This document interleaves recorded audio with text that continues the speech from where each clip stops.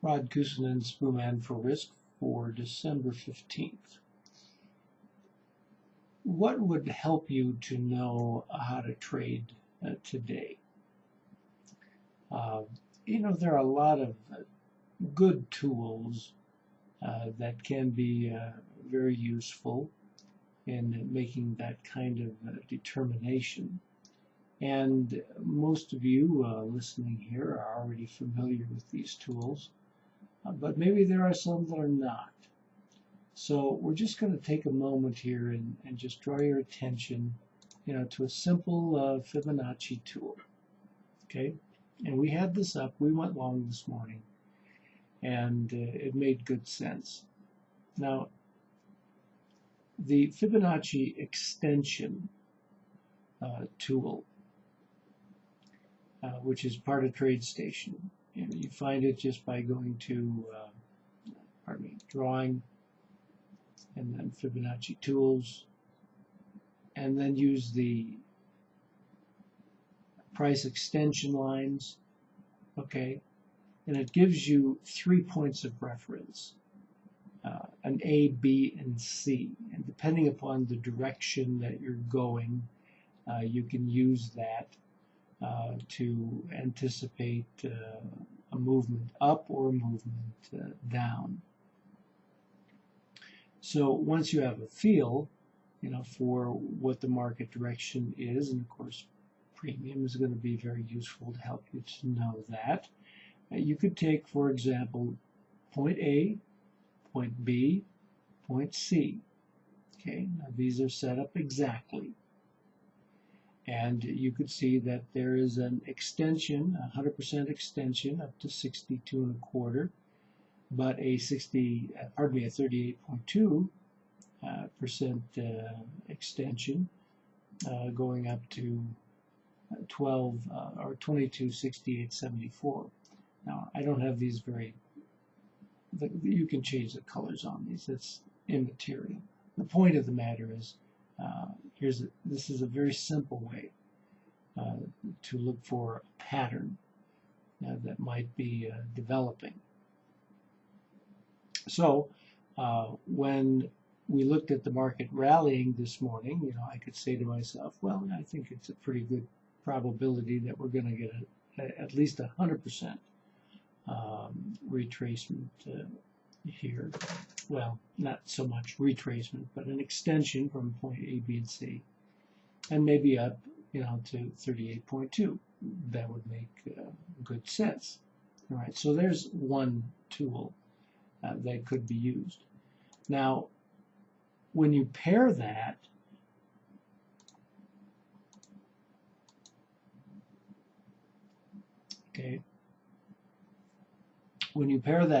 with the initial balance calculation, all right, you notice that the initial balance gave you a price that was much higher on the first calculated standard deviation line. But Thursdays also happened to be the worst day, the most unlikely day of the week to make it up there. And we know that statistically. So I looked at this as well as the Fibonacci extension to anticipate, where I wanted to take some profits. And of course, I was out, and I took my profits before we got all the way up there. But at least the tool was useful, and you can use this time and time again, particularly when the market is rallying into unknown levels. The rallies that we've had here, all right, up to the highs. How could you have known how high this is going to go when you've got no historical information to work with? Well, the only thing you've got to work with, to the best of my knowledge, would be a Fibonacci extension line. Let's see how that actually played out.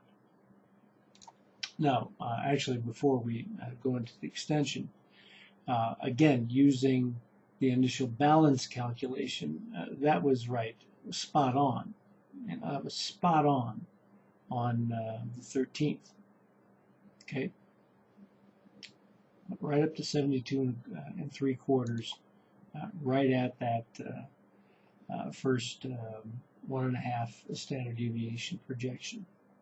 Okay, it was beautiful. And then we saw yesterday go right back up there and fail.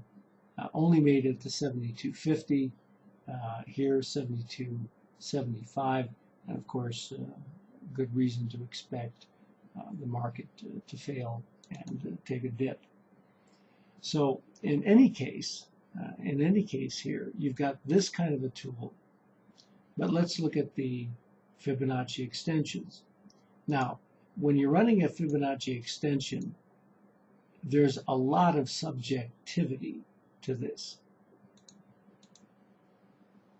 And that's kind of why we don't spend a lot of time using them, because of the tremendous subjectivity. But if you were looking for a typical ABC extension, you're going to pick a recent low, a recent high, followed by another recent low. So if you go back to the 8th here, the low before the close, which was here, the high on the 12th, and point C using the low of the day, you're going to get an extension. Now, whether that's going to be accurate or not, you really don't know, because by the same token, you could have used the low of the day here, or you could have used the low here. There's just no particular way to set up a rule that is always going to be accurate, and so you may have to set up multiple ABC patterns. But one thing is for sure, this is your B. This is B, and this is C. No matter how you look at it, if you want to look into tomorrow, if this was the 12th and you wanted to look at what was going to happen on the 13th, you clearly have B here and you clearly have C here. Then the only question is, well, where are you going to put A? So let's take a look at that. All right, so now I've set up B and C. Now you don't have to set these up right on the actual pivot point. All you need is the price to work with. And the price here is at 59, here's at 46.75. So it doesn't really matter where you put this on the screen. What matters is the price. So if you were looking for the low here, actually the low is right at the beginning of the day, and you don't really have a pivot there. So that doesn't really make good sense. And since this is not the low of the day, 43.50, because the low of the day is over here, let's get it, 42.50. Okay, I don't really think that makes for a good pivot. It's personal feeling on the matter. So I would go back to the low of the afternoon. Now that would make some sense, and that would be 36.75. So when we go in here and we just set this up, 46.75. Pardon me. That's not 46.75. That was 36.75. Pardon me.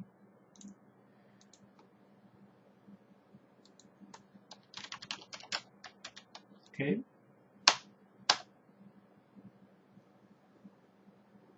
And that's what we come up with. So we came down and bounced off of this 61.8 line, and then we rallied up a little bit beyond that. Okay, but we didn't nail the top here.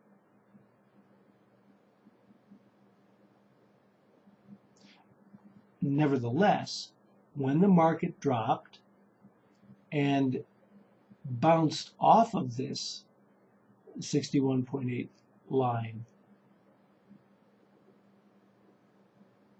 with divergence in the premium, you had good reason to expect this to go back at least to the 100% line. That only made sense. So you could have gotten, you know, a good portion of that rally by just having even an incorrect setting. But now, what was the correct setting?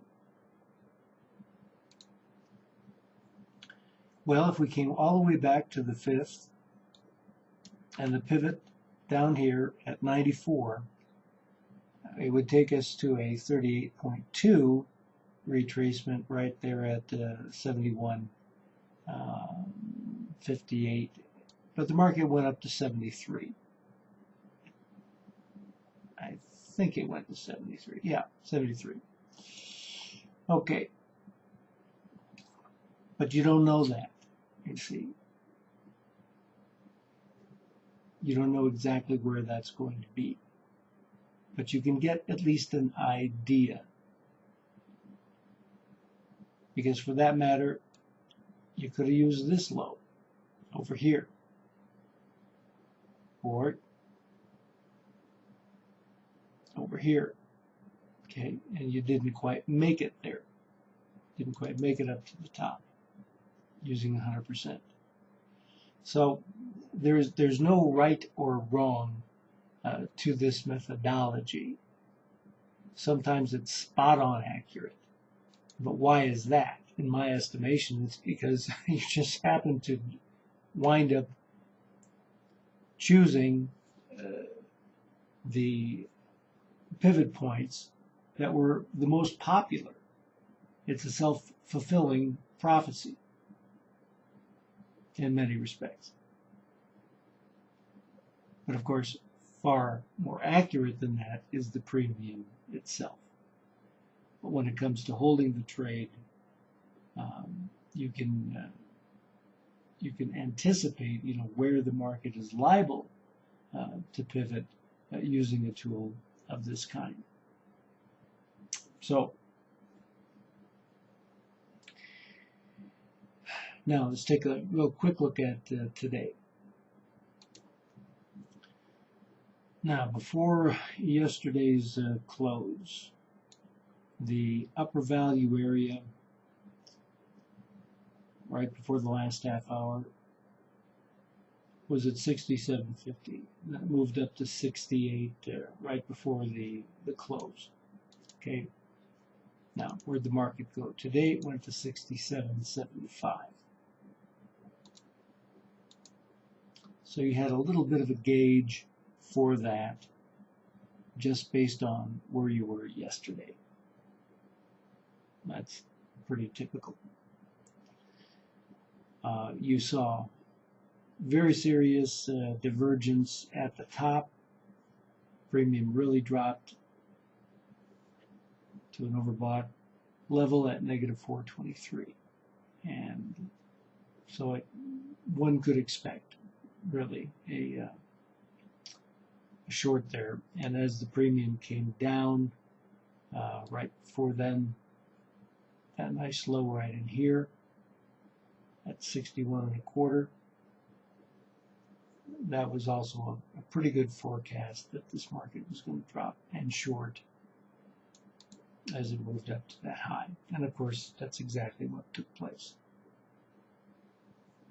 So you had good reason to look at this level and anticipate the possibility, at least, that a retracement would take place based on the divergence of the premium and where the premium was forecasting at least a retracement back to previous low at around 2260.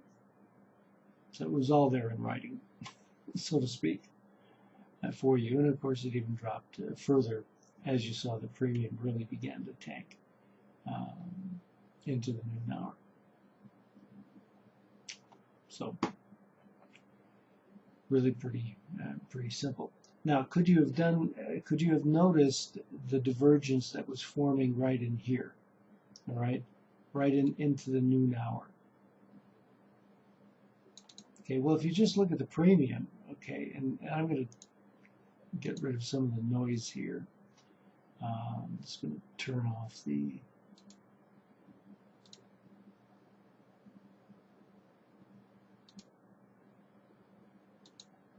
and we'll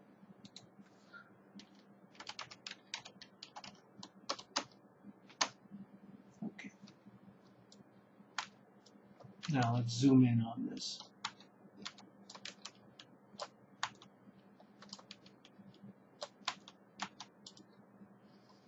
Okay.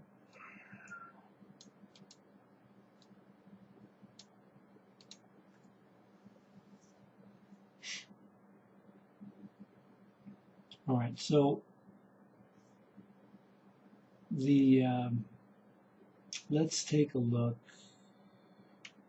from about 11:30. Let's look at the premium from about 11:30.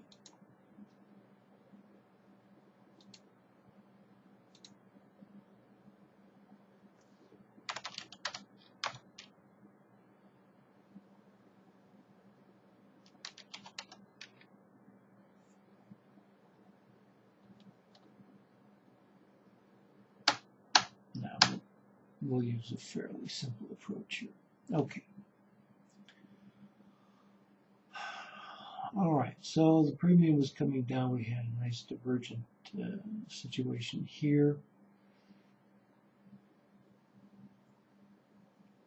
Premium moved up just a little bit here, not really a significant amount. And then we continued to tag this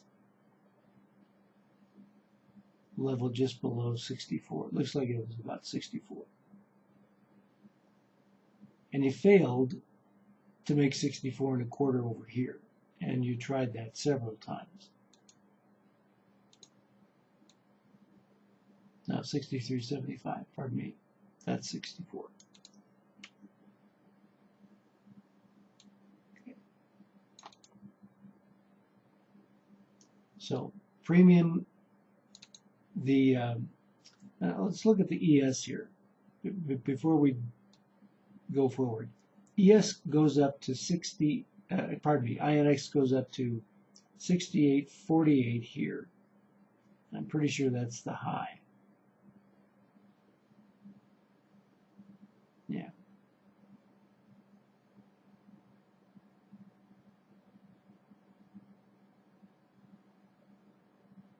Okay. So over in right in here,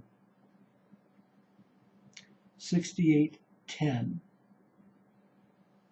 was the high. And then back here, you hit 68.10 again. All right, so now ask yourself, well, what should happen to the premium? Premium should be less. Premium should be less. And that's what you see happening here until it all of a sudden then really begins to drop right in here. And you're now at 68.18. You're even higher. But ES does not move. So the premium drops. There you have it. There's your short. Very difficult to see that immediately. You may have thought, well, we're going to continue on moving up.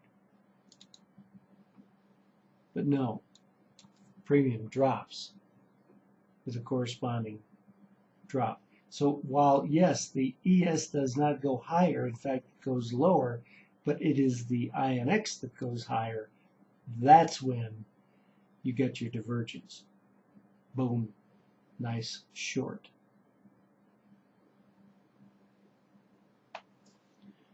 Okay, brief lesson. I'm Rod Kusin, Spoolman for Risk.